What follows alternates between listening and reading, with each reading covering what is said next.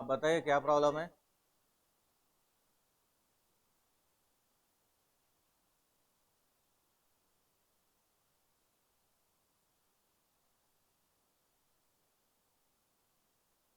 मैंने चेक नहीं किया था। तो चेक किया था वही करेंगे। पूछ लेना कौन किया है, उनके पास जाइए।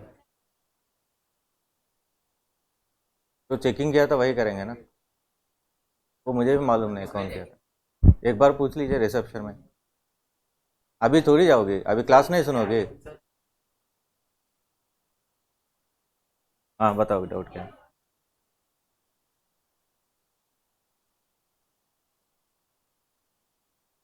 तो फिर क्या आप डाउट पूछना चाहते हो, क्या पूछना चाहते हो? तो मैडम से जो भी चेक किया है, मैडम सर जो भी चेक किया है तो उनसे डिस्कस करो ना जाके।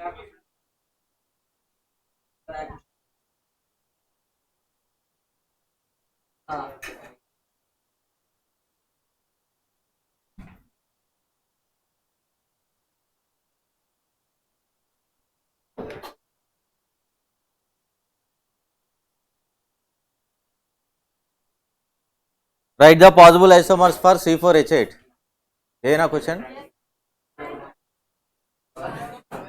ए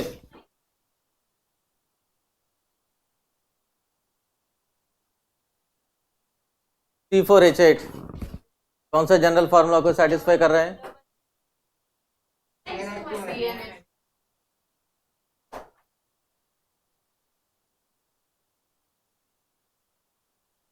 किसको सेटिस्फाई कर रहा है? CnH2n। मतलब इसमें क्या क्या पॉसिबिलिटीज रहेगा?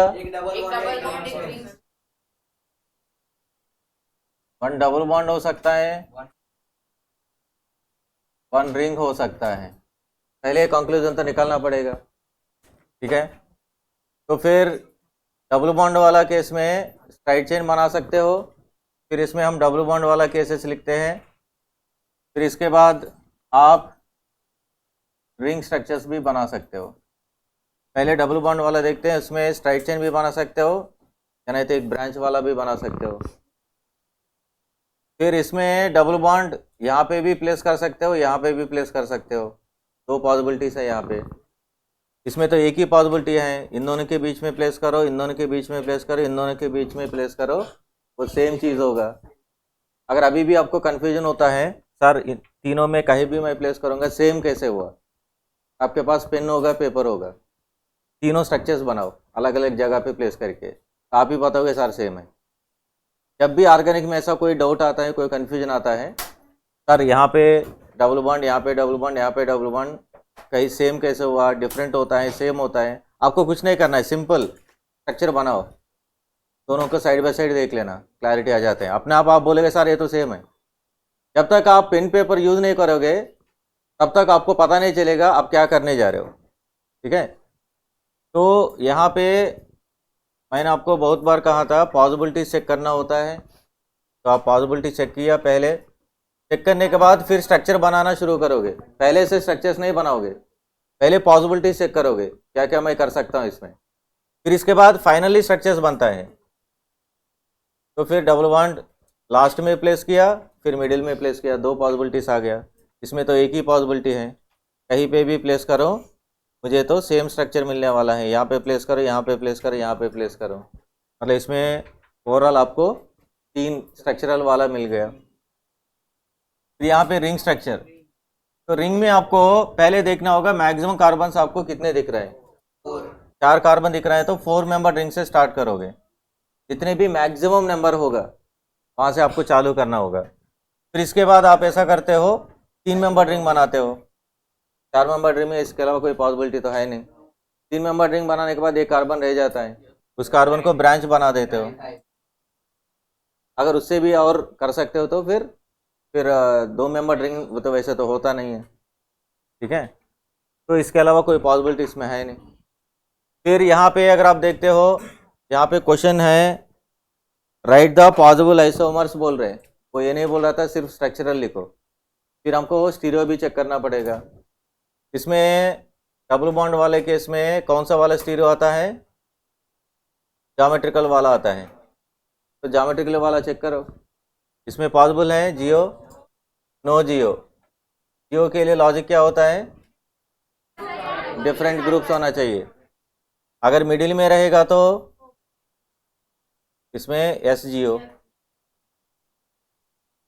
इसमें भी मैंने लॉजिक बताया था, जब भी आपको डबल बॉन्ड टर्मिनल पे दिखता है ना, वहाँ पे ज्योमेट्रिकल कभी पॉसिबल होता नहीं है।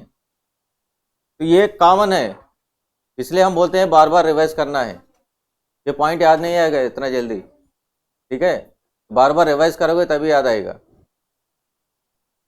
तो यहाँ पे जियो पॉसिबल है, ये भी टर्मिनल पे है, देखिए नो जियो। अब जियो होगा तो कितने होंगे, दो होंगे। जियो नहीं होगा तो कितने होंगे, एक होगा। इसमें कोई जियो पॉसिबल है, साइक्लिक में भी हमने जियो देख लिया था, पॉसिबल है नहीं है, तो सिंगल स्ट्रक्चर नो जियो। इसमें भी नो जियो, ये भी सिंगल स्ट्रक्चर है। ये एग्जाम्पल भी करवाया था मैंने मिथाइल साइक्लोप्रोपेन करके, सारे एग्जाम्पल्स हैं आपके नोट्स में, अगर ध्यान से पढ़ते हो तो फिर पता चल जाता है। तो नो जियो टोटल कितने आया, 2 1 3 1 4 4 2 6, तो इसका आंसर होगा 6।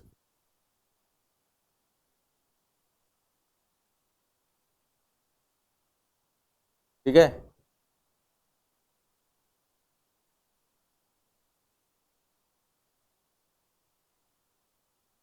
राइट द पॉसिबल आइसोमर्स पर C4H6। C4H6 के लिए पूछ रहे हैं।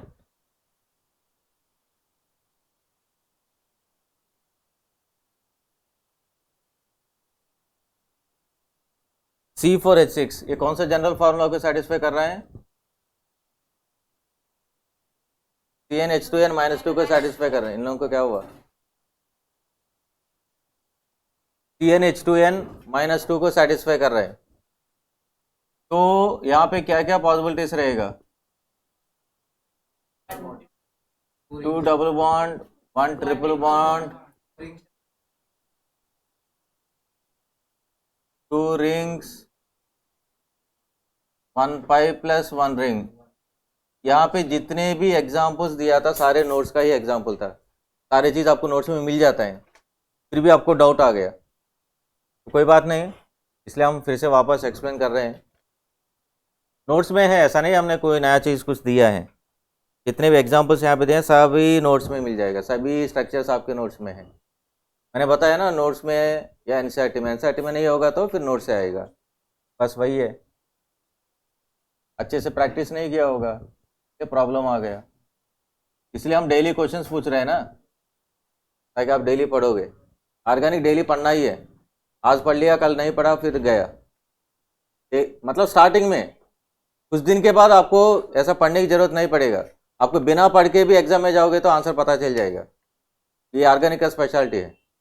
ये चीज़ जो है डेली पढ़ने वाला मामला आपको कुछ ही दिन के लिए करना है, एक बार कॉन्फिडेंस आने तक ये चीज़ करना पड़ता है।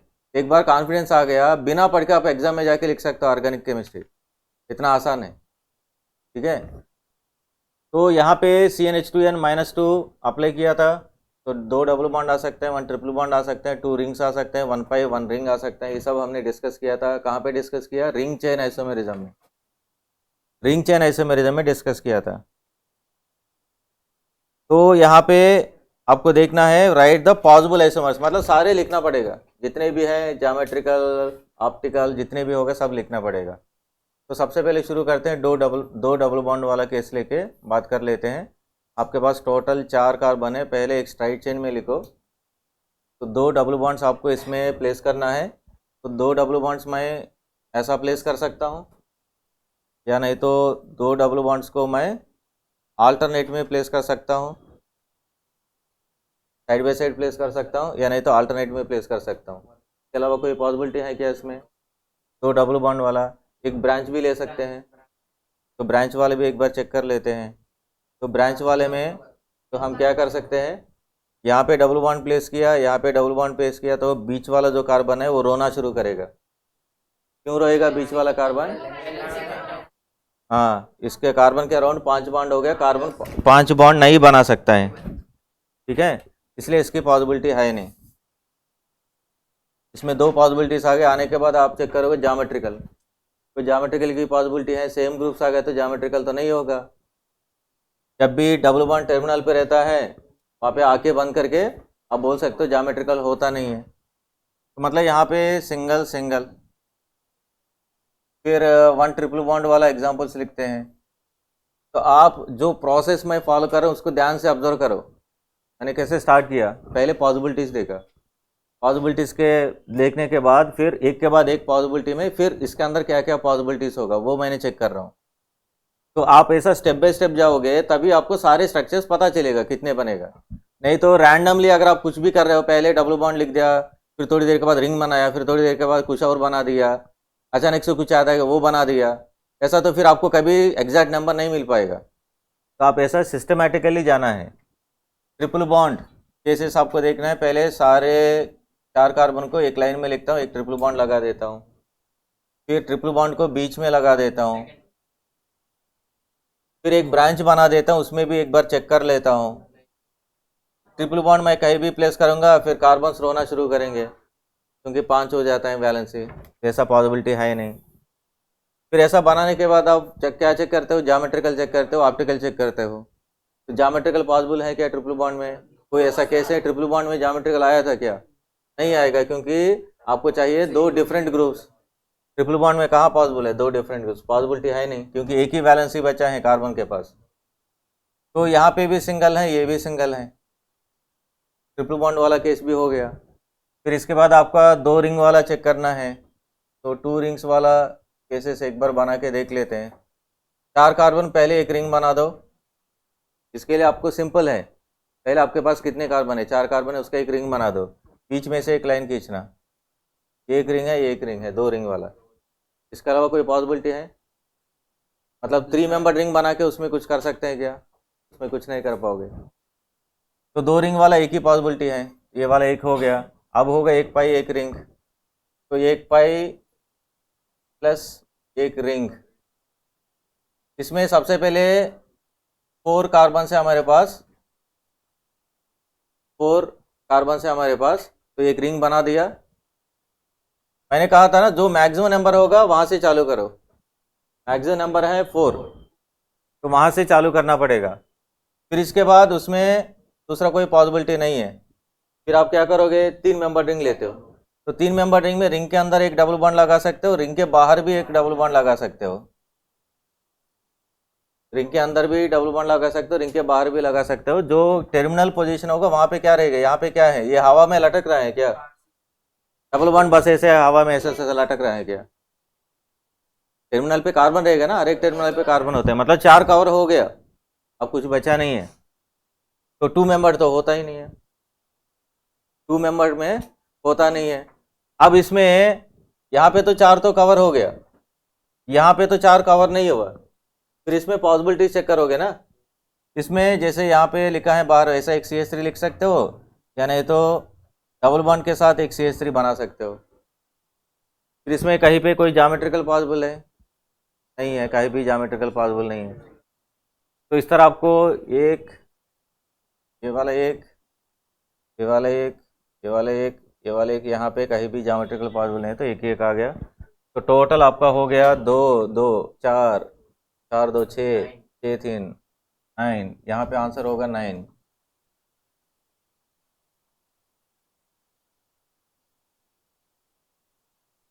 ठीक है, इस तरह आपको नंबर ऑफ आइसोमर्स आइडेंटिफाई करना होता है, हर एक स्ट्रक्चर लिख के देखना पड़ता है।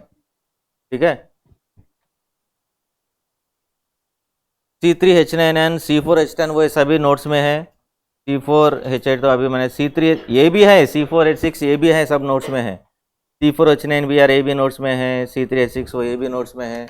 एक बार अगर आप नोट्स सामने रखो आपको पता चल जाएगा, सारे एग्जाम्पल्स डिस्कस किया हुआ है, एक भी ऐसा नहीं है इसमें डिस्कस नहीं किया था, वो हमने एग्जाम में दे दिया। मैंने पहले ही कहा था या एनसीईआरटी में मिलेगा तो एनसीईआरटी से ही मैक्सिमम आएगा, सारे पूरा पेपर एनसीईआरटी से बनेगा, वो भी कहाँ से, एक्सरसाइज, इन टेक्स्ट क्वेश्चंस, सॉल्व्ड एग्जाम्पल्स। अगर ये सब खत्म हो गया, मतलब क्वेश्चन पेपर हमको जैसे इसमें 2 मार्क का 8, 3 मार्क का 3, फिर आपका 5 मार्क का 3, ये सभी मतलब टोटल आपको क्वेश्चंस कितने हुआ? 19, 19 प्लस 3 22 कितना हुआ? सॉरी 8 3 11 11 14। तो यहाँ पे 14 क्वेश्चंस है। 14 क्वेश्चंस अगर एनसीईआरटी में नहीं है तब नोट से देना पड़ेगा। मान लो एनसीईआरटी से अगर 14 क्वेश्चंस मिल जाता है सारे मिला के, एक्सरसाइज, सॉल्व, फिर इंडेक्स क्वेश्चन सब मिला के अगर 14 नहीं बन पा रहे हैं, मान लो 10 ही है, बाकी 4 जो है वो नोट से आएगा। ये फिक्स है हमेशा थ्योरी एग्जाम में।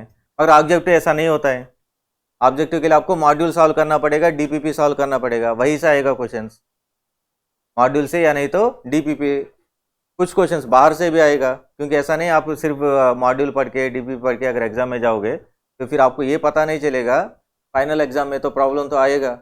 इसलिए कुछ क्वेश्चंस बाहर से भी होता है, वो कॉन्सेप्ट जो है अगर क्लियर रहेगा तो वो भी सॉल्व हो जाएगा। ठीक है, तो ये एग्ज़ाम का पैटर्न है। इसके लिए कुछ नहीं है, बस कुछ दिन के लिए आपको बहुत ज़्यादा मेहनत करना पड़ता है। ऐसा लाइटली नॉर्मली जो 10 स्टैंडर्ड में किया था वैसा करोगे तो नहीं हो पाएगा। अभी यहाँ पे आप 11th स्टैंडर्ड में आ गए हो, वो भी कॉम्पिटिटिव वर्ल्ड में आ गए हो, कॉम्पिटिटिव सिस्टम में आ गए हो। इसमें क्या होता है, हर एक स्टूडेंट कम से कम यहाँ पे मिनिमम टू मिनिमम उनका जो 24 आवर्स का टाइम है उसमें सिर्फ 8 घंटा सोने के लिए यूज़ कर रहे हैं, बाकी टाइम पूरा स्टडीज़ में ही स्पेंड कर रहे हैं।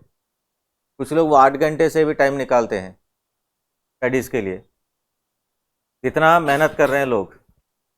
तो इसमें ऐसा सिस्टम में आप आ गए हो, पहले ये समझना कौन सा सिस्टम में आप आ गए हो।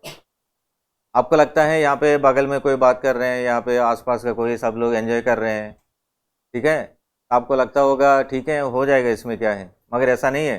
लोग इतना मेहनत कर रहे हैं, सिर्फ 8 घंटा सोने के लिए यूज़ करें, बाकी पूरा टाइम जो है उनका पूरा फोकस जो है वो नीट एग्जाम पे ही रहेगा। इतना कंपटीशन है, मतलब इस टाइप का कंपटीशन में आप आ गए हो, तो आप समझ सकते हो आपको कितना मेहनत करना चाहिए। ठीक है, तो जैसे हमारा क्वेश्चन आवर, क्वेश्चन पूछताछ जो मामला है वो तो जारी रहेगा। ठीक है, अब बताओ इंडक्टिव क्या होता है। लास्ट क्लास में क्या क्या डिस्कशन हुआ था, इंडक्टिव और इलेक्ट्रोमेरिक हो गया था ना। हाँ, इंडक्टिव क्या होता है?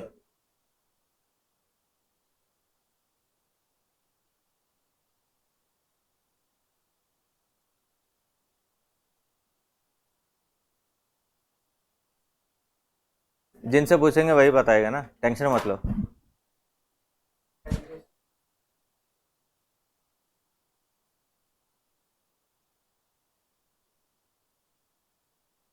क्या बोलना चाहते हो सही से ही बोलो।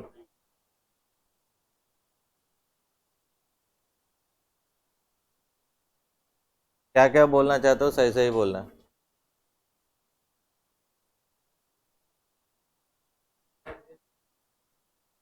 हो गया हो गया, जो मुझे चाहे तो मिल गया। इसका माइक्रोफोन ऑन है।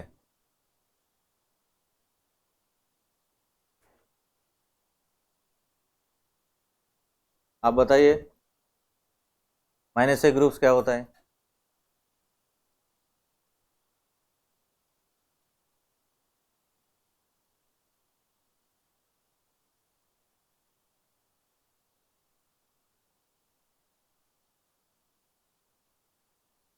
प्लस से ग्रुप क्या होता है?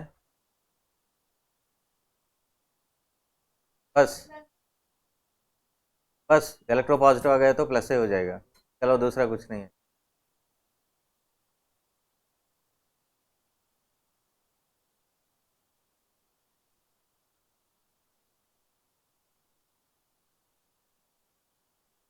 तो बोलो।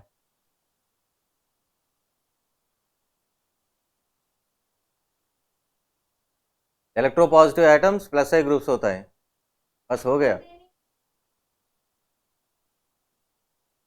बाकी कुछ नहीं आएगा इसमें, सिर्फ इलेक्ट्रो पॉजिटिव एटम्स ही दिखेगा।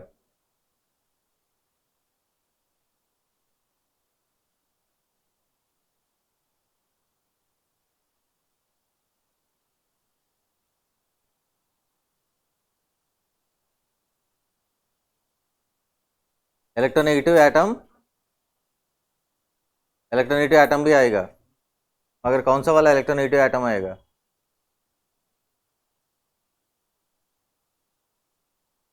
कौन सा वाला इलेक्ट्रोनेगेटिव एटम आएगा? आपसे थोड़ी पूछा है। बाकी सब लोग नोट्स बंद करना, नोट्स क्लोज करो। पहले पढ़ के आना चाहिए ना, हम क्वेश्चन क्यों पूछ रहे हैं? ऐसा नहीं अभी क्वेश्चन पूछ ले इनसे, बाकी लोग वो क्वेश्चन को रेफर कर रहे हैं, फिर जो खड़े हो गए तो फिर वो लोग पागल थोड़ी है, वो भी आपकी तरह ही है ना।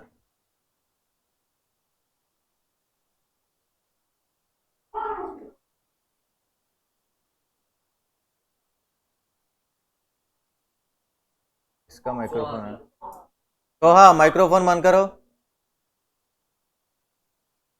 तो हाँ,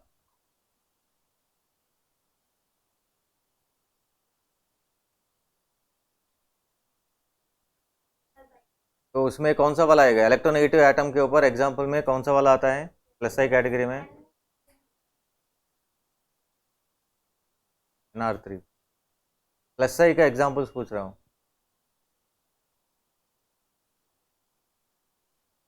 फिर क्या पढ़ के आए हो तुम? बस ऐसे आके बैठ गया। अब थोड़ी समझ में आएगा, थोड़ी मार्क्स आएगा, इसमें कुछ नहीं होने वाला है। पढ़ के आना पड़ेगा ना, लास्ट क्लास में जो हुआ था वही तो पूछ रहे हैं। ऐसा नहीं हमने 10 दिन पहले वाला पूछ रहा हूँ तो ठीक है, आप मुझे बोल सकते हो सर 10 दिन पहले वाला पूछ रहे हो, तो आप ही बोलते हो ऑर्गेनिक हाईली वोलेटाइल है, फिर आप ही क्वेश्चन पूछ रहे हो 10 दिन पहले वाला। हम तो कल का ही पूछ रहे हैं, इसलिए हम मैक्सिमम ये पूछते हैं, कल का पूछते हैं, ताकि ये पूछताछ इसलिए कर रहे हैं।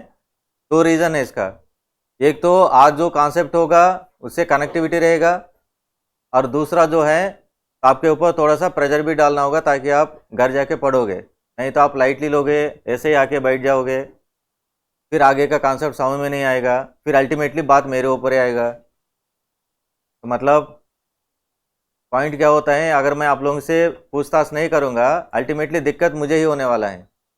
मुझे क्या दिक्कत होगा, बार बार रिवाइज करवाओगे मेरे से, सर समझ में नहीं आया, याद नहीं है, एक बार रिवाइज करो रिवाइज करो, बस यही चलता रहता है ज़िंदगी भर, रिवाइज रिवाइज रिवाइज रिवाइज। क्यों? क्योंकि आप कभी उस चीज़ को घर जाके नहीं देखे हो।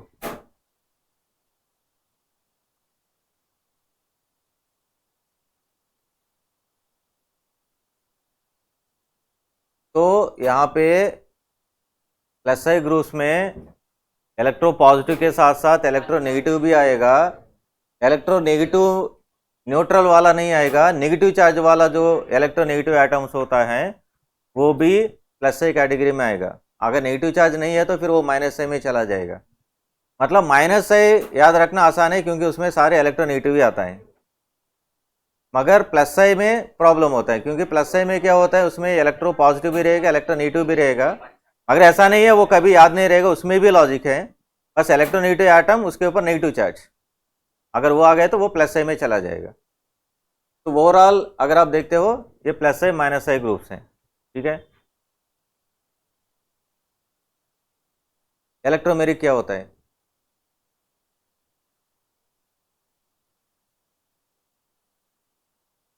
हाँ वही तो पूछ रहा हूँ, इलेक्ट्रोमेरिक ही पूछ रहा हूँ।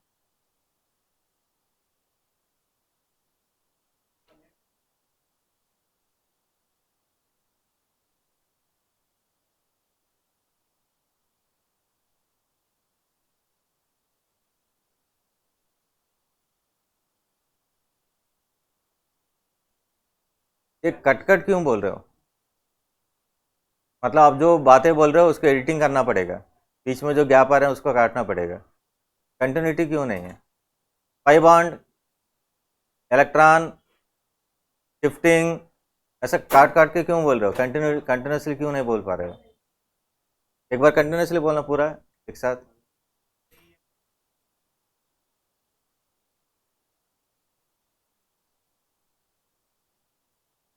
यानी वंस।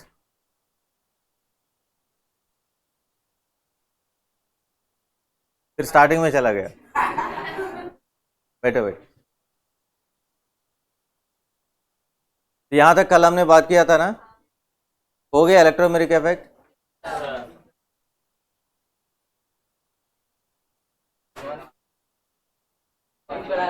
सर आपने लॉजिक करा था कि इलेक्ट्रोनेगेटिव एलिमेंट क्या है? एग्जाम्पल 1 एग्जाम्पल 2 दे दिया। जैसे रे विनम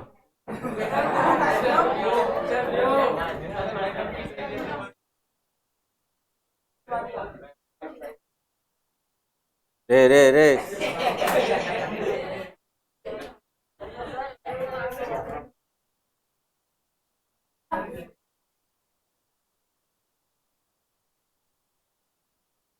टू टाइप्स है इसमें, जैसे इंडक्टिव में देख लिया था। जैसे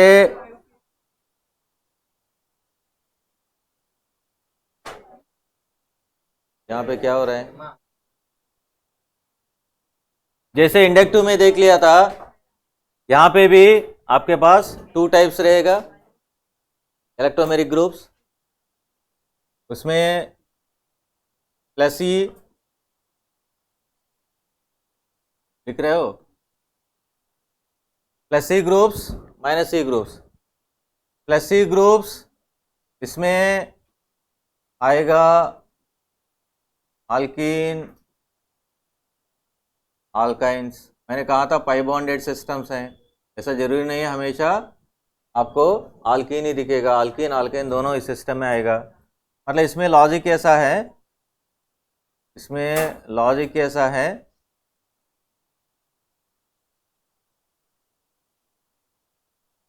कार्बन कार्बन अनसैचुरेशन।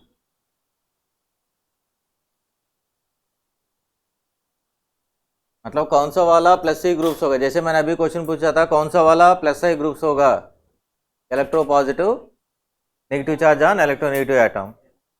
माइनस से ग्रुप्स क्या होगा, इलेक्ट्रोनेगेटिव एटम्स होगा। वो लॉजिक हो गया याद रखने के लिए। तो यहाँ पे भी प्लस सी ग्रुप्स क्या होगा, कार्बन कार्बन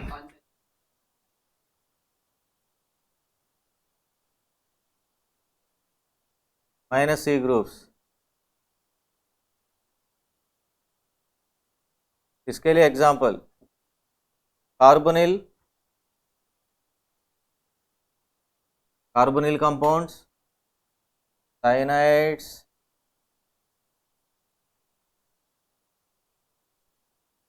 इमाइंस, ये सब क्या होता है। कार्बोनिल मतलब सी डबल बॉन्ड हो, इसमें आएगा aldehyde ketone, aldehyde and ketones आता है,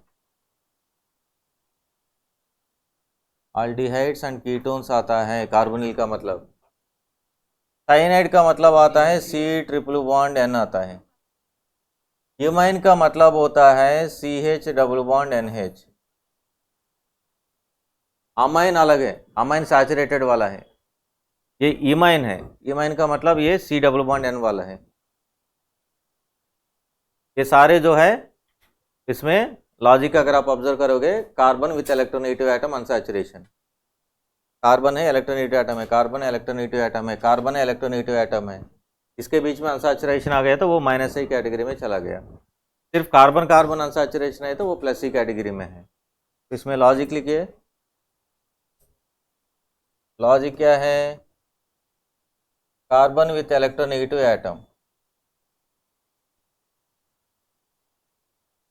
कार्बन इलेक्ट्रोनेगेटिव एटम अनसैचुरेशन,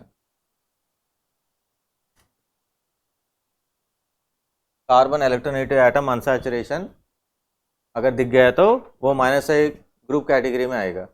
ये तो बहुत आसान है, आपको समझ में आया होगा हम क्या बात कर रहे हैं। कल थोड़ा सा कंफ्यूजन आया था तुम लोगों को। हम बात कर रहे हैं ऑर्गेनिक रिएक्शंस स्टडी करने के लिए जो फाउंडेशन चाहिए था उसके बारे में हम बात कर रहे हैं। ऑर्गेनिक रिएक्शंस होता है इलेक्ट्रॉन शिफ्टिंग के कारण। पहले इलेक्ट्रॉन शिफ्टिंग होता है सबस्ट्रेट के अंदर, सबस्ट्रेट मतलब आपका रिएक्टेंट, जो रिएक्टेंट होता है ना उसको ऑर्गेनिक केमिस्ट्री में हम क्या बोलते हैं, सबस्ट्रेट बोलते हैं। जो केमिकल आप डालते हो जिसके साथ वो रिएक्शन करते हैं उसको हम बोलते हैं रिएजेंट। वो दोनों रिएक्शन करके फिर आपको प्रोडक्ट देगा। मतलब ये रिएजेंट जाके उसके साथ रिएक्शन करने से पहले जो प्रोसेस हो रहा है उसके बारे में हम बात कर रहे हैं। अभी तक कोई रिएक्शन हमने चालू नहीं किया, रिएक्शंस होता है इस कॉन्सेप्ट के बाद। अभी हमको पहले ये जानना है ऑर्गेनिक कंपाउंड्स जो होता है वो कोवेलेंट होता है। जब ये कोवेलेंट होता है, जो ऑर्गेनिक केमिस्ट्री में जितने भी रिएजेंट्स हैं वो सारे रिएजेंट्स जो है पोलर होता है। ये तो नॉन पोलर हो गया, जो रिएजेंट आप ऐड कर रहे हो वो तो पोलर हो गया। जैसे HCl में H+Cl- रहता है। अगर आप KOH के साथ रिएक्शन करते हो K+OH- होता है, तो ये तो नॉन पोलर है, यहाँ पे पोलर है रिएजेंट। फिर बीच में रिएक्शन कैसे हो रहा है? तो वो रिएक्शन चालू होने के लिए सबस्ट्रेट के अंदर कुछ ना कुछ हो रहा है, कुछ प्रोसेस हो रहा है। उस प्रोसेसेस के बारे में हम बात कर रहे हैं। क्लियर है ना? वही इलेक्ट्रॉन डिस्प्लेसमेंट है। स्टार्टिंग में ये पॉइंट लिखवाया था, ऑर्गेनिक रिएक्शंस जो होता है वो इलेक्ट्रॉन डिस्प्लेसमेंट के कारण हो रहा है। मतलब पहले सबस्ट्रेट में इलेक्ट्रॉन्स डिस्प्लेस होगा, फिर इसके बाद रिएजेंट आके उसके ऊपर अटैक करेगा, फिर फाइनल प्रोडक्ट देगा। अभी हम सिर्फ सबस्ट्रेट में क्या हो रहा है उस पर फोकस किया। नेक्स्ट क्या होगा, रिएजेंट जाके उसके साथ रिएक्शन करेगा तो क्या प्रोडक्ट मिलेगा, वो नेक्स्ट चैप्टर है, वो रिएक्शंस में आता है। मतलब अल्टीमेटली एक फाउंडेशन हम बना रहे हैं। इसलिए मैंने कहा था अगर ये क्लियर नहीं है तो आगे आपको रिएक्शंस कुछ भी समझ में नहीं आएगा। आपको याद होगा ये मेन इलेक्ट्रॉन डिस्प्लेसमेंट जो है हार्ट ऑफ ऑर्गेनिक केमिस्ट्री है। अगर ये समझ में नहीं आता है तो आगे का रिएक्शंस बिल्कुल समझ में नहीं आएगा, फिर आप ज़िंदगी भर रोते रहोगे ऑर्गेनिक ऑर्गेनिक ऐसा करके। ठीक है, अगर वो नहीं होना है तो ध्यान से जो प्रोसेस मैं आपको एक्सप्लेन कर रहा हूँ वो स्टेप बाय स्टेप आपको ऑब्जर्व करना पड़ेगा। सबसे पहले उसको प्रैक्टिस भी करना है डेली बेसिस पे। ऐसा नहीं आज पढ़ लिया कल रेस्ट ले लेता हूँ परसों नहीं पढ़ूंगा, ऐसा किया तो फिर गया काम से। ये हो गया आपका सेकंड इफेक्ट। ये दोनों इफेक्ट तो बहुत आसान था। अब आएगा जो दिक्कत देने वाला इफेक्ट, इसको रेजोनेंस और मीसोमेरिक, रेजोनेंस और मीसोमेरिक इफेक्ट बोलते हैं। जैसे हर एक इफेक्ट की तरह ये वाला इफेक्ट भी पहले हम डेफिनेशन देखते हैं, फिर लॉजिक देखेंगे, फिर शिफ्टिंग प्रोसेस देखेंगे, फिर टाइप्स देखेंगे। ठीक है, तो रेजोनेंस और मीसोमेरिक इफेक्ट, इसमें क्या होता है, द शिफ्टिंग ऑफ, ये कौन सा कैटेगरी में आता है? पाई शिफ्टिंग में आता है, सिग्मा शिफ्टिंग में आता है। हाँ, the shifting of pi bond, ये तो सर ऑलरेडी आ गया है, यही तो इलेक्ट्रोमेरिक इफेक्ट है। अगर इसमें कुछ एक्स्ट्रा पॉइंट रहेगा, इसमें शिफ्टिंग ऑफ पाई बॉन्ड हो रहा है, हम ये नहीं बोले इसमें पाई बॉन्ड शिफ्टिंग नहीं हो रहा है। इसके साथ साथ the shifting of pi bond along with the shifting of pi bond electrons, E लिखे electrons, pi bond electrons along with another pi bond,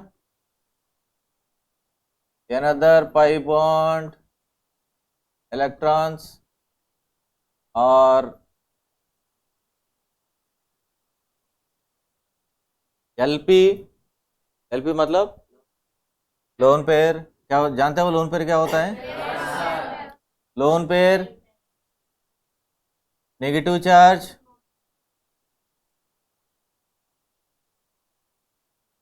और पॉजिटिव चार्ज और फ्री रेडिकल। ये क्या होता है अभी आपको पता चलेगा थोड़ी देर में। यहाँ तक तो क्लियर है, मगर लास्ट वाला जो फ्री रेडिकल है अभी आपको पता चलेगा जब एग्जांपल्स मैं लेता हूँ, तो आप वहाँ पे आपको क्लैरिटी मिल जाएगा। और free radical the shifting of pi bonded electrons के साथ साथ क्या क्या शिफ्टिंग में पार्टिसिपेट कर रहे हैं? Pi bond electrons, lone pair, negative charge, positive charge, free radical is called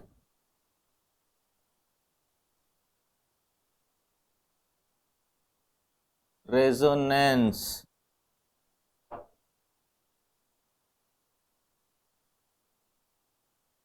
resonance और मेसोमेरिक इफेक्ट।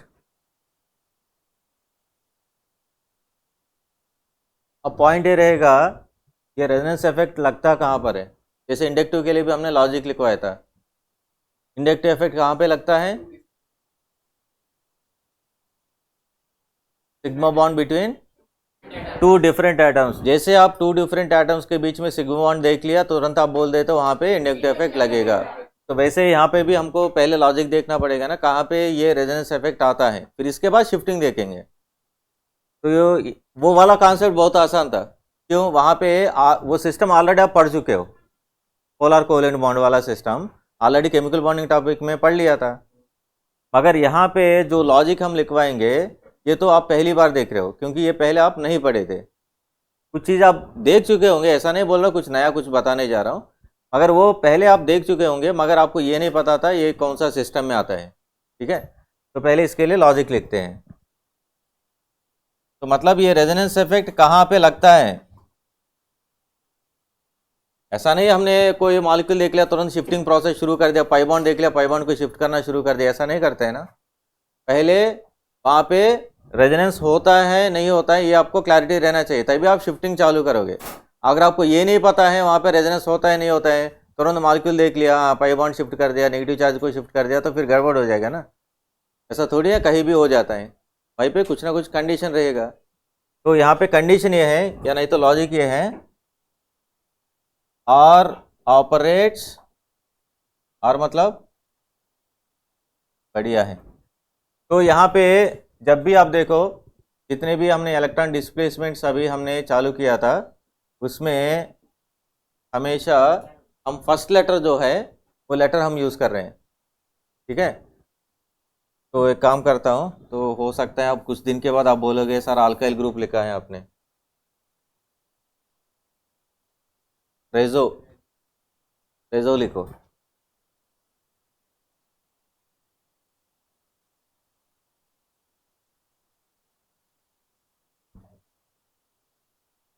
आपकी क्लास में जैसे मैंने अभी A1 में पढ़ा क्या गया, आर लिखा था, आर ऑपरेट्स, तो तुरंत स्टूडेंट ने बोल दिया रेजोनेंस, आप लोग बोले थे अल्काइल।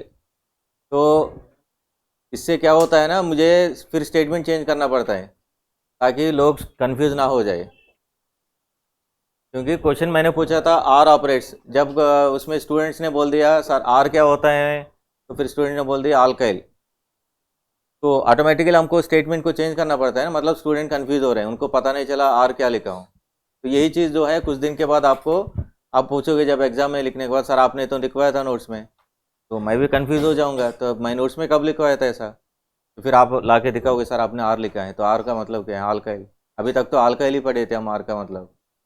ठीक है, तो ध्यान से ऑब्जर्व करिए, इस वाले जो कॉन्सेप्ट में हम फर्स्ट लेटर को यूज़ कर रहे हैं, जैसे यहाँ पे इलेक्ट्रोमेरिक का फर्स्ट लेटर ई, वहाँ पे इंडक्टिव का फर्स्ट लेटर आई। ठीक है, कोई बात नहीं, लिखिए रेजो करके लिखिए, अगर कन्फ्यूजन है तो पूरा लिखिए, इसमें ये क्या दिक्कत है। रेजो ऑपरेट्स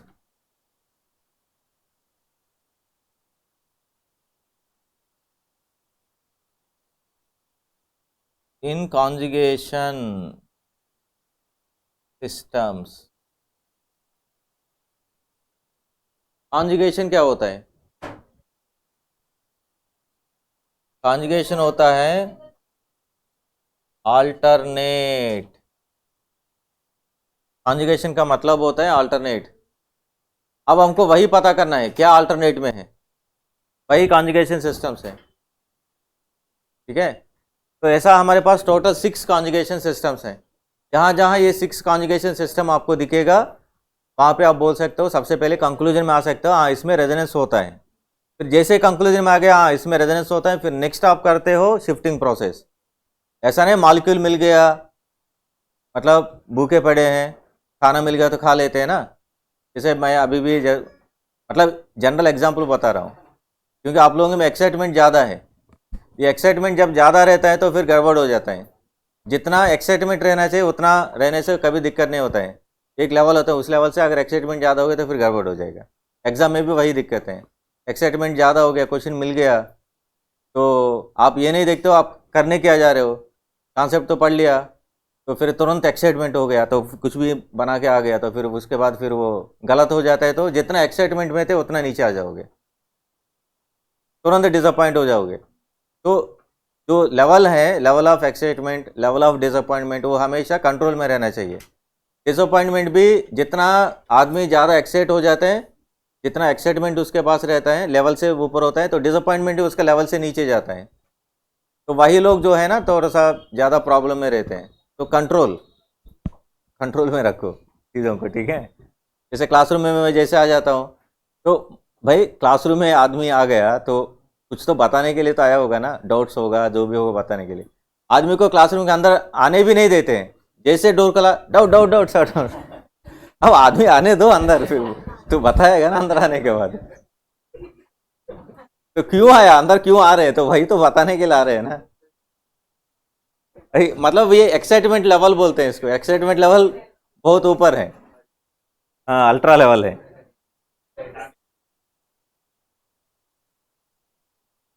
मतलब ऐसा होता है ना, जैसे भूखा है जो खाना मिल गया तो फटाफट खाना शुरू करते हैं, ऐसा। देखिए 6 कॉन्जुगेशन सिस्टम्स, मतलब अभी लॉजिक खत्म नहीं हुआ, लॉजिक चल रहा है अभी। क्योंकि देखो क्या हुआ था, वही मैंने बताया था आपको, इंडक्टिव कॉन्सेप्ट ऑलरेडी क्लियर था, हमने लॉजिक में एक पॉइंट लिखवाया तो वहीं पे खत्म हो गया बात। क्यों, वहां पे ज्यादा एक्सप्लेनेशन की जरूरत नहीं है। मैंने बताया भाई दो एटम्स के बीच में, दो डिफरेंट एटम्स के बीच में बॉन्ड आ गया तो बस उसमें इंडक्टिव लगेगा, उसमें ज़्यादा दिमाग नहीं लाना है, कोई सिस्टम नहीं देखना है, वो तो पॉइंट वहीं पे क्लियर है। मगर यहाँ पे कॉन्जुगेशन सिस्टम लिखा है, वो है क्या हमको पता नहीं है, क्योंकि पहले अगर पढ़ लिया होता तो यहाँ पे ज़्यादा एक्सप्लेनेशन नहीं होगा। पहली बार देख रहे हो तो सारी चीज़ यहाँ पे लिखना पड़ेगा, मतलब अभी भी लॉजिक चल रहा है। ये इसलिए मैंने इतना क्लियरली बता रहा हूँ, मैंने बताया ना यहाँ पे थोड़ा सा मामला अलग है।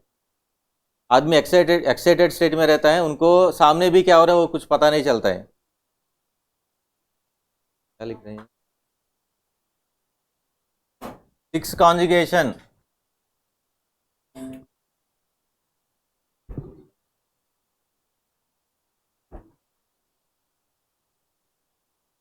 सिक्स कॉन्जुगेशन सिस्टम्स है हमारे पास।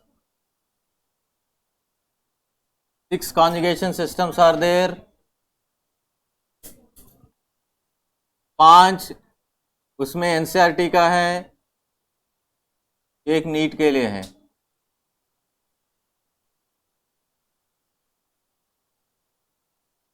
इसमें 5 आपको एनसीईआरटी के लिए, मतलब एनसीईआरटी लेवल में, एक आप नीट लेवल के लिए चाहिए, ठीक है। देखते हैं एक के बाद एक। जो पहला कॉन्जुगेशन सिस्टम है इसको हम बोलते हैं पाई पाई कॉन्जुगेशन सिस्टम। ये रेजोनेंस वाला कॉन्सेप्ट इंडक्टिव इलेक्ट्रोमेरिक की तरह फटाफट फटाफट नहीं होगा, ये 2-3 क्लासेस चले गए सर। यही आपको दिक्कत करेगा आगे, जो दिक्कत करेगा वो रेजोनेंस है, हाइपर कॉन्जुगेशन, ये दोनों दिक्कत करेगा। इंडक्टिव इलेक्ट्रोमेरिक तो कोई प्रॉब्लम नहीं होता है किसी को भी, इसलिए ध्यान से सुनना। जब ये कॉन्सेप्ट एक्सप्लेन कर रहे हैं तो इधर उधर देखने लग जाओगे तो फिर कंफ्यूज हो जाओगे, फिर मुझे परेशान करोगे, रिवाइज करो रिवाइज करो। इसलिए यहाँ पे थोड़ा सा धीरे से ही चलते हैं। देखो कॉन्सेप्ट जहाँ पे डिफिकल्ट होगा वहाँ धीरे करेंगे, जहाँ पे इतना दिक्कत नहीं होता है वहाँ पे फटाफट निकाल देंगे, ठीक है। तो यहाँ पे पाई पाई कॉन्जुगेशन, नाम पहले देखिए, पाई बॉन्ड है, सिंगल बॉन्ड है, पाई बॉन्ड है, इसको ऐसा आप डील कर सकते हो। यहाँ पे जो लिखा है pi bond, single bond, pi bond, मतलब यहाँ पे मैंने लिखा था कॉन्जुगेशन का मतलब क्या लिखवाया था, अल्टरनेट लिखा था, तो आपको वो नाम देख के ही पता चल जाता है क्या क्या अल्टरनेट में है। देखो मैंने बताया ना, जो दिखता है वही केमिस्ट्री है, जो लिखे हो वही केमिस्ट्री पॉइंट होगा। इसमें आप बता रहे हो कॉन्जुगेशन सिस्टम, कॉन्जुगेशन का मतलब क्या है, अल्टरनेट। अल्टरनेट में है क्या, वो हवा से नहीं मिलेगा, जो लिखे हो वहीं पे दिख जाएगा, इसके लिए आपको इधर उधर देखने की जरूरत नहीं है। लिखिए यही point, pi bond, single bond, pi bond are in alternate position.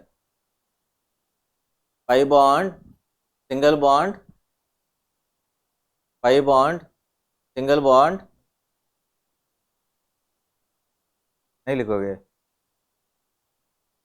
Pi bond, single bond, pi bond are in alternate position.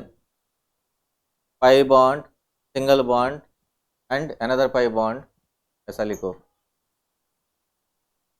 क्योंकि कुछ लोगों को लग रहा है पाई बॉन्ड को फिर से वापस रिपीट किया हूं, समझ रहे हो क्या बोल रहे हैं।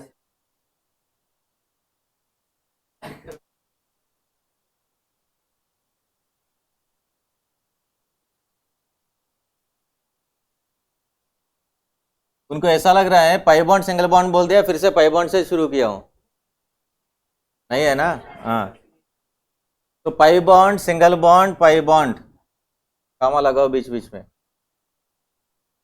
पाई bond comma single bond comma pi bond are in alternate position.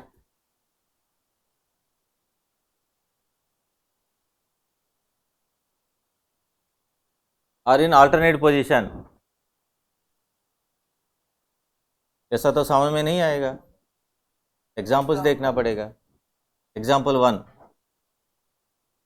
CH2 double bond CH, CH double bond CH2 का नाम क्या है?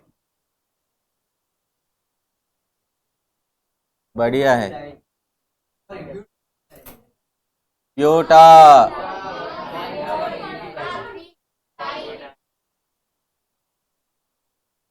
Buta 1,3 dine.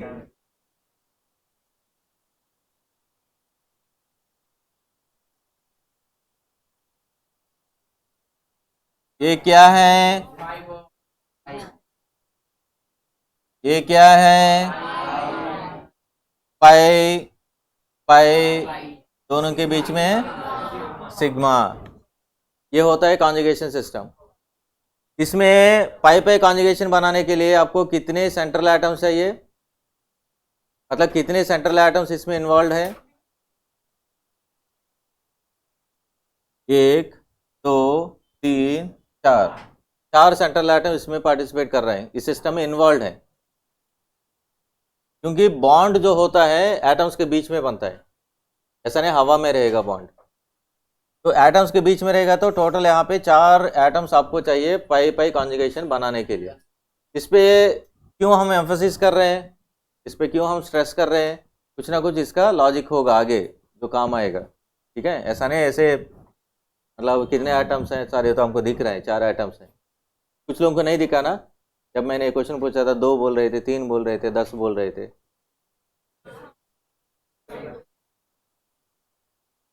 अभी बोला है नहीं बोला है कोई? 2-3 तो बोला है ना, जो एग्जैक्ट नंबर तो नहीं बताया, सभी तो नहीं बताया ना, कुछ लोग 2-3 ऐसा बोल रहे थे.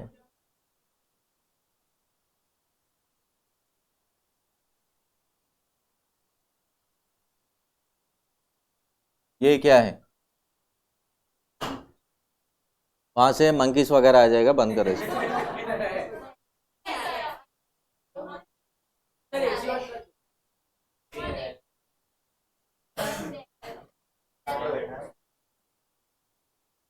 नाम बताइए.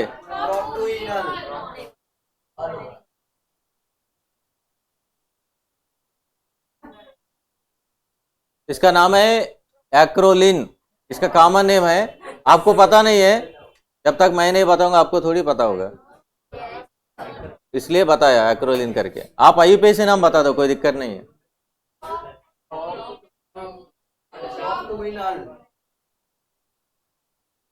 प्रॉप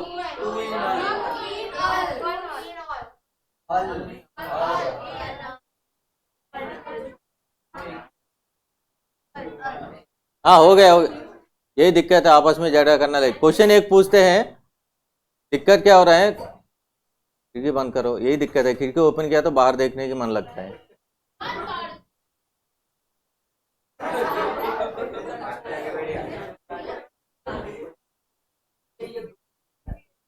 तो यहाँ पे ध्यान दीजिए, यहाँ पे क्वेश्चन मैं पूछता हूँ, पता नहीं बीच में कोई आ जाता है, फिर वो दोनों आपस में झगड़ा करने लग जाते हैं. जो क्वेश्चन पूछा था वो गया, वो ऐसे खड़ा रहेगा.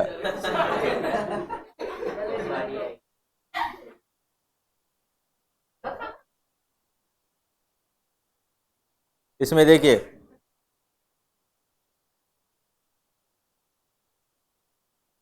अब उनको समझ में नहीं आता है हो क्या रहे हैं, ये दोनों आपस में क्यों झगड़ा कर रहे हैं, किस बात की झगड़ा हो रहा है. अभी तक तो ठीक थे, अब अचानक से झगड़ा क्यों हो रहा है?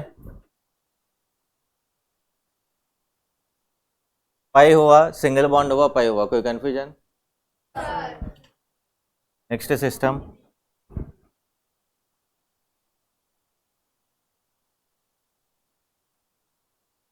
ध्यान दे रहे हो क्या हो रहा है?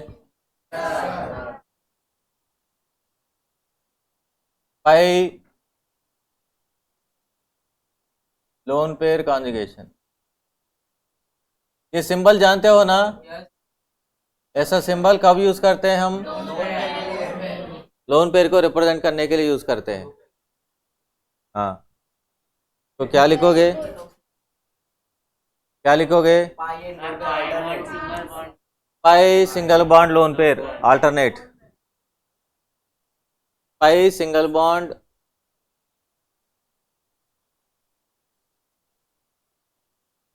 लोन पेयर कहाँ पे होता है? हवा में रहता है, कोई एटम के ऊपर रहता है? एटम के ऊपर रहता है।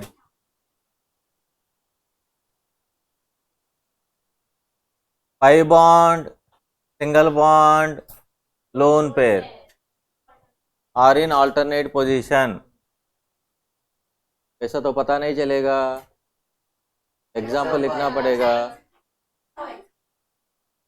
CH2 double bond CH4CH3 loan pair कहाँ पे होगा?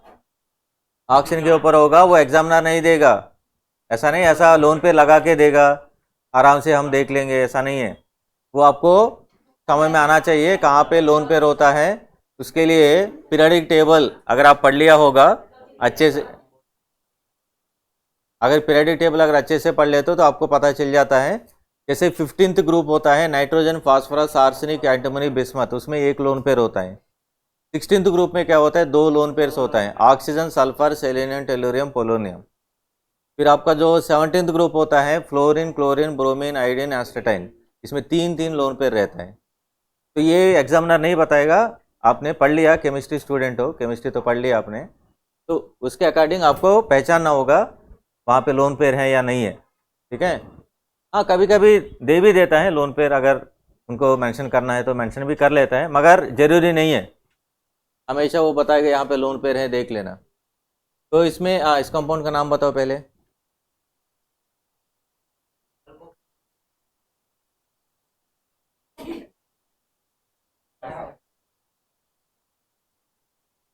रे रे रे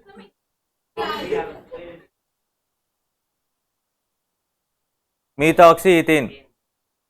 ठीक है, अब इसमें एक बार चेक करते हैं कॉन्जुगेशन है या नहीं है।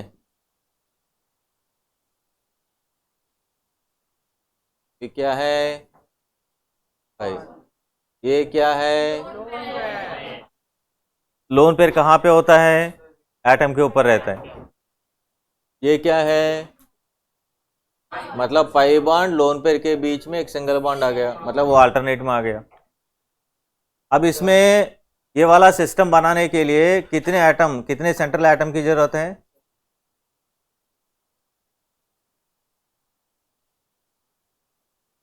एक, दो, तीन, यहीं पे खत्म हो गया सिस्टम, इसकी जरूरत नहीं है बगल में ये भी कार्बन को इंक्लूड कर दिया, वो तो थोड़ी आया, तो सिस्टम यहीं पे खत्म हो गया ना। पाई लोन पेयर दिख गया तो यहीं पे खत्म हुआ ना। एटम, सेंट्रल एटम देखना है, 1 2 3, मगर वहां पे 4 चाहिए था पाई पे कॉन्जुगेशन में, तो यहाँ पे 4 की जरूरत नहीं, 3 सेंट्रल एटम से ही तो सिस्टम बन जाएगा। ठीक है, ये इसका एग्जाम्पल है।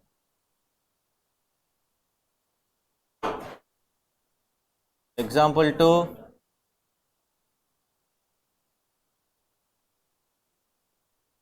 ध्यान से ऑब्जर्व करो, कोई डिस्टर्ब नहीं होना चाहिए, कंप्लीट फोकस यहाँ पे रहना चाहिए क्या हो रहा है। लोन पेयर एटम क्लोरीन है, तो इसके पास 3 लोन पेयर रहेगा। इसका नाम क्या है? हाँ, आप जो है आईपीएस नाम जो आएगा वो बोल दीजिए, मैं यहाँ पे कॉमन नेम लिखता हूँ, विनाइल क्लोराइड बोलते हैं इसको। हाँ, विनाइल क्लोराइड। विनाइल मतलब जो CH2 डबल बॉन्ड CH होता है, मतलब इथिलीन वाला जो ग्रुप जो होता है उसको हम विनाइल बोलते हैं। जहाँ जहाँ पे ऐसा ग्रुप आएगा उसको आप विनाइल बोल सकते हो। इसका नाम हो विनाइल क्लोराइड, कॉमन नेम है ये। इसमें भी एक बार सिस्टम चेक करो, जो हम सोच रहे थे वो आया नहीं आया। ये क्या है? ये क्या है? दोनों के बीच में सिंगल बॉन्ड, ठीक है। मतलब ये भी पाई लोन पेयर कॉन्जुगेशन सिस्टम है। अब थर्ड सिस्टम, पाई नेगेटिव कॉन्जुगेशन। पाई नेगेटिव कॉन्जुगेशन, ये थोड़ा सा आराम से जाना होगा। अगर थोड़ा सा भी स्पीड कर दिया फिर आप बोलेंगे रिवीजन, रिवाइज करो।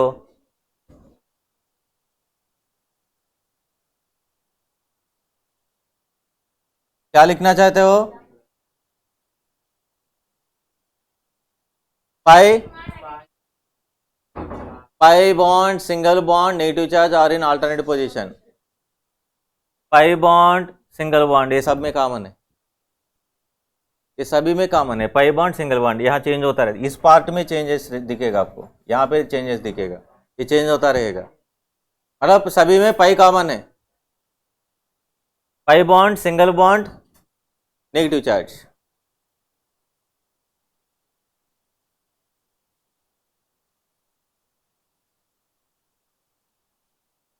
इसका नाम क्या है?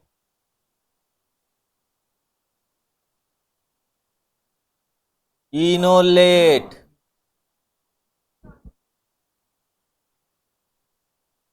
इनोलेट, इसका नाम है इनोलेट। क्यों इसका नाम इनोलेट हुआ? इन का मतलब डबल बॉन्ड, वो लेट जनरली सल्फेट, नाइट्रेट ऐसा लिखते हैं ना, कार्बोनेट। ये ऑक्सीजन के ऊपर नेगेटिव चार्ज है तो वो लेट, इन वो लेट, इनोलेट। चार्जेस तो दिखाना पड़ेगा, नहीं तो कैसे पता चलेगा? चार्जेस तो दिख जाता है, ऐसा नहीं वो चार्जेस बिना चार्ज देखे थोड़ी देता है। अगर चार्ज दिया नहीं मतलब नहीं है। कहाँ से आते हो तेजस्वी लोग?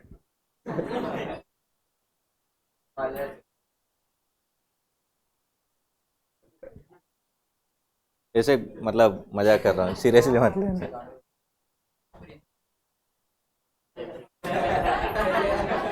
भाई रे, चार्ज होगा तो वो तो शो करना पड़ेगा ना। ऐसा नहीं चार्ज है मैं नहीं शो करूंगा, पॉकेट में रख लिया हूं।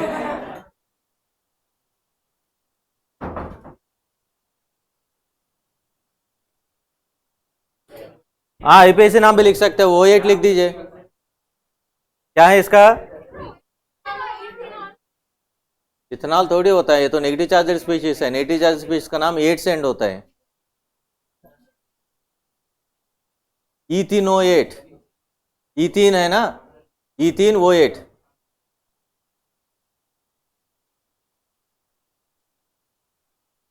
इसमें देखिए जो हमको चाहिए था वो है कि नहीं?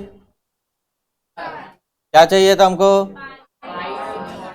Negative charge atom, pi bond, दोनों के बीच में सिंगल बॉन्ड। ये सिस्टम है ना, इसमें जो हमको चाहिए था इनोलेट में है। इसमें भी कितने एटम चाहिए? ये सिस्टम बनाने के लिए हमको कितने एटम चाहिए? हाँ इसमें भी 3 सेंट्रल एटम।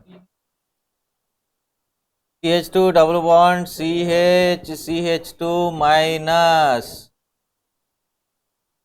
इसको हम बोलते हैं एलाइल, एलाइल कार्बोनियन। इसको हम बोलते हैं एलाइल कार्बोनियन। एलाइल का मतलब जैसे CH2 डबल बॉन्ड CH दिखेगा तो इसका नाम हमने क्या बताया था? विनाइल बताया। CH2 डबल बॉन्ड CH दिखेगा तो उसका नाम होगा विनाइल। जो विनाइल के साथ एक और सैचुरेटेड कार्बन अगर कनेक्टेड है, इस सैचुरेटेड कार्बन को हम बोलते हैं एलाइल। इस सैचुरेटेड कार्बन को हम बोलते हैं एलाइल। विनाइल के साथ कनेक्टेड सैचुरेटेड कार्बन, उसको हम बोलते हैं एलाइल। तो एलाइल के ऊपर नेगेटिव चार्ज आ गया, कार्बन के ऊपर, वहां पे कार्बन है, कार्बन के ऊपर नेगेटिव चार्ज आ गया। जो नेगेटिव चार्ज स्पीशीज है उसका नाम क्या होता है? एनियन होता है। तो कार्बन के ऊपर नेगेटिव चार्ज है तो कार्बोनियन हो गया, ठीक है। तो एलाइल कार्बोनियन इसका नाम। इसमें भी जो हमको चाहिए था वो सिस्टम है नहीं है? दिखाओ अगर है तो।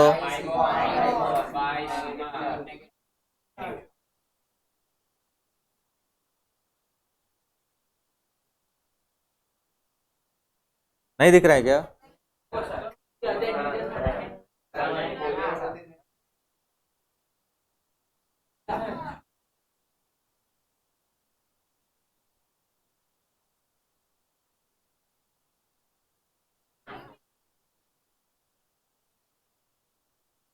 लिखा है ये, जिसको हम बोलते हैं एलाइल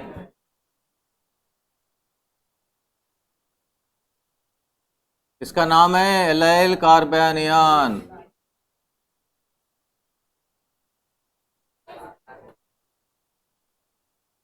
प्रोप इन, मगर एक्चुअली नेगेटिव चार्ज स्पीशीज है, तो प्रोपिनिल, प्रोपिनिल कार्बेनियन,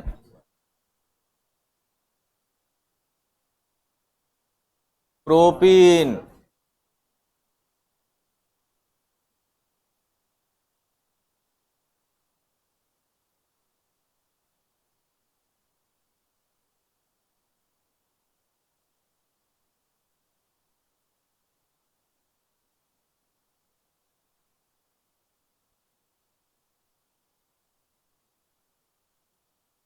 अगर आप ज़्यादातर यही देखती हो, ये कहीं नहीं आएगा।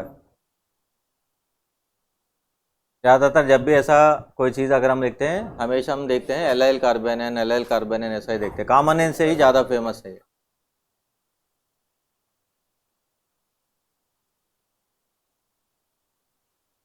तो यहाँ पे नंबरिंग जो है नेगेटिव चार्ज से नहीं होता है, वो तो डबल बॉन्ड से ही होता है।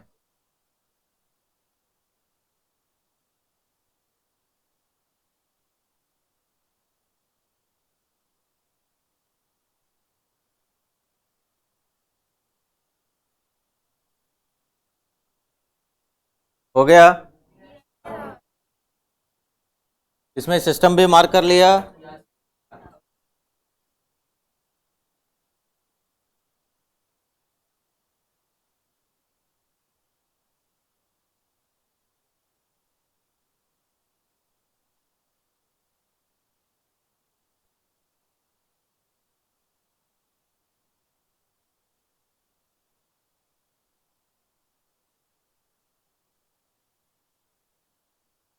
ठीक है, नेक्स्ट 4,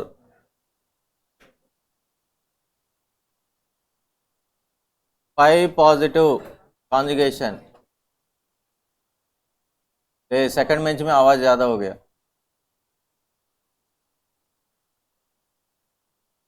5 पॉजिटिव कॉन्जुगेशन क्या लिखोगे? 5 bond, single bond, positive charge are in alternate position. 5 bond, single bond, positive charge are in alternate position.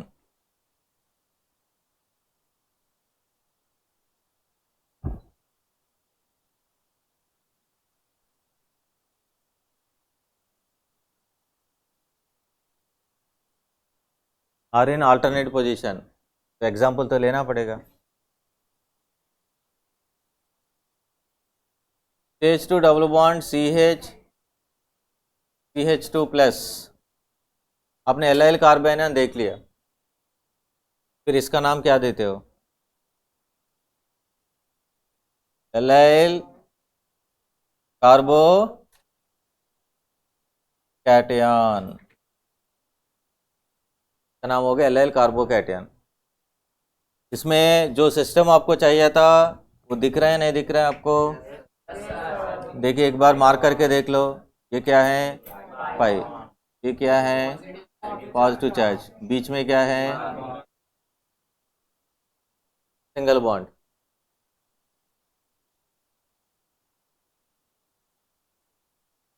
ये है आपका एलाइल कार्बोकैटायन, इसमें एक ही कैटेगरी आएगा, कार्बोकैटायन में आता है ये वाला केस। अब एनसीईआरटी में लास्ट वाला, एनसीईआरटी के लिए लास्ट वाला 5 बॉन्ड फ्री रेडिकल कॉन्जुगेशन। अभी आपको फ्री रेडिकल क्या है वो पता चल गया होगा ये सिंबल देख के। जब लोन पेयर आता है तो आप क्या लिखते हो, दो डॉट लगाते हो, इसमें सिंगल डॉट है,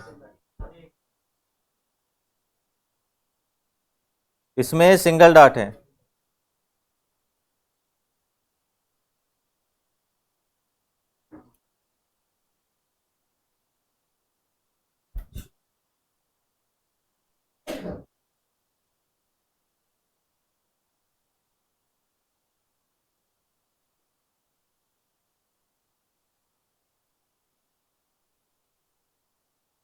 फ्री रेडिकल क्या होता है, जिसके पास सिंगल इलेक्ट्रॉन हो, जिसके पास 2 इलेक्ट्रॉन रहेगा वो तो लोन पेयर हो गया, एक ही डॉट रहेगा मतलब एक सिंगल इलेक्ट्रॉन रहेगा तो वो तो फ्री रेडिकल होगा। सिंपल है, ये तो पता चल गया ना, LOC है ये। हाँ, लाइन ऑफ कंट्रोल, मतलब पीछे वाले को नहीं दिख रहा था इसलिए लाइन खींचा। आपको डाउट आएगा सर 2 बार क्यों लिखे, हाँ क्या हुआ?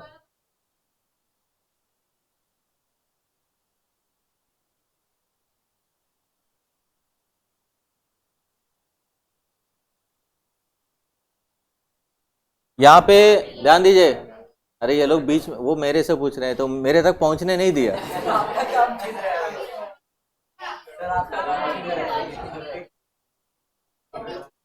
हाँ, यहाँ पे 2 बार लिखा हूं, कुछ स्टूडेंट्स ऐसा भी होते हैं शायद 2 बार लिखना होगा। भाई पीछे से वो लोग बोल रहे थे सर नीचे मत लिखो, तो इसलिए मैंने लाइन खींच के ऊपर लिख रहा हूं। हाँ लिखिए पाई बॉन्ड, क्या गिर गया,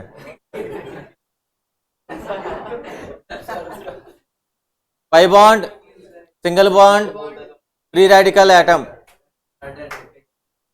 pi bond, single bond, free radical are in alternate position. कोई बॉन्ड नहीं होता है, वो भी एटम के ऊपर ही रहेगा। फ्री रेडिकल बॉन्ड होता नहीं है, वो तो सिंगल इलेक्ट्रॉन है, वो कहाँ पे रहेगा, ऐसा थोड़ी इलेक्ट्रॉन वहां पे कहीं पड़ा हुआ है, वो भी एटम के ऊपर। क्या हो रहा है वहां पे, तो क्या हो आप बताओगे क्या, चलो पैसा दे दो उनको, चाहे वो स्पेलिंग हो जो भी है।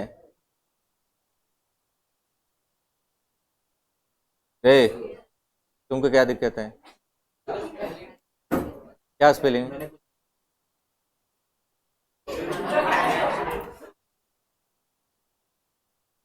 हाँ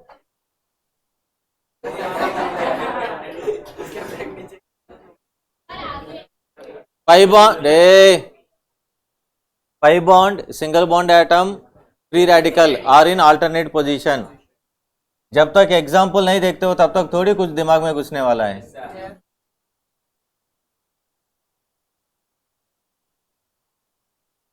अब आराम से पता चल गया क्या है ये, अब इनका भी डाउट क्लियर हो गया होगा। कोई बॉन्ड नहीं होता है, बस ये भी एक सिंगल इलेक्ट्रॉन है, एटम के ऊपर ही रहेगा।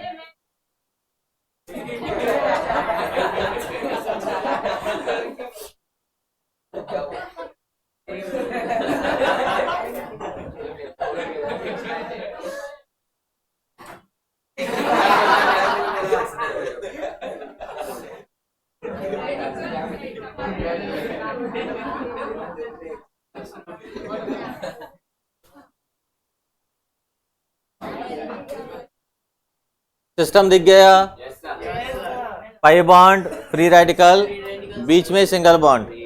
इसका नाम क्या लिखना चाहिए,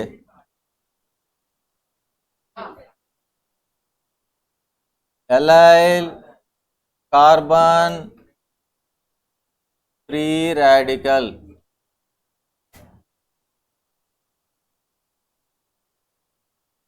एलाइल कार्बन फ्री रेडिकल मतलब एलाइल कार्बन के पास फ्री रेडिकल है, single electron, free radical mean single electron, ज्यादा इसमें कंफ्यूज मत हो जाना, सिंपल चीज है, सिंगल इलेक्ट्रॉन फ्री रेडिकल होता है, ठीक है। अब यहां तक एनसीईआरटी का डिफरेंट कॉन्जुगेशन सिस्टम्स हमने देख लिया। नेक्स्ट वन आपको देखना है positive lone pair conjugation.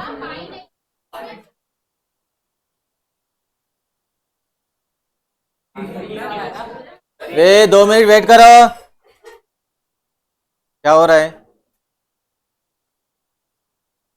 Positive single lone pair, अभी तक जितने भी सिस्टम्स हमने देखा था सब में पाई बॉन्ड आया था, मगर यहाँ पे पाई बॉन्ड नहीं आया, तो इसलिए तो नीट में आ रहा है ना। कुछ स्पेशलिटी तो होगा, नीट में क्वेश्चन पूछना है तो मतलब कुछ ना कुछ स्पेशलिटी होता है वहाँ पे। ये कुछ अलग ही सिस्टम है, इसमें पाई बॉन्ड नहीं है। अभी तक जितने भी सिस्टम्स आपने देखा था सब में पाई बॉन्ड आया था। और दूसरी बात, पाई में 4 सेंट्रल एटम चाहिए था। पाई के बाद नहीं, हंसना नहीं है।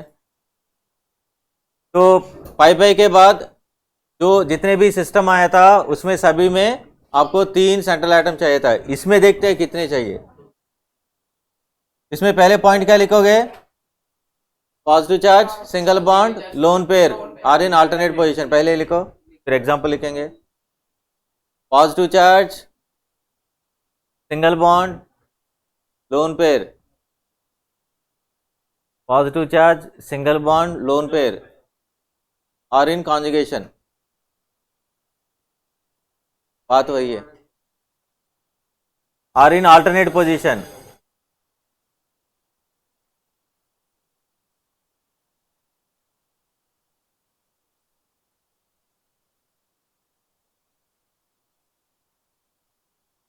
दिख गया? ये क्या है? ये क्या है? दोनों के बीच में क्या है? मगर इसमें कितने एटम्स आया था?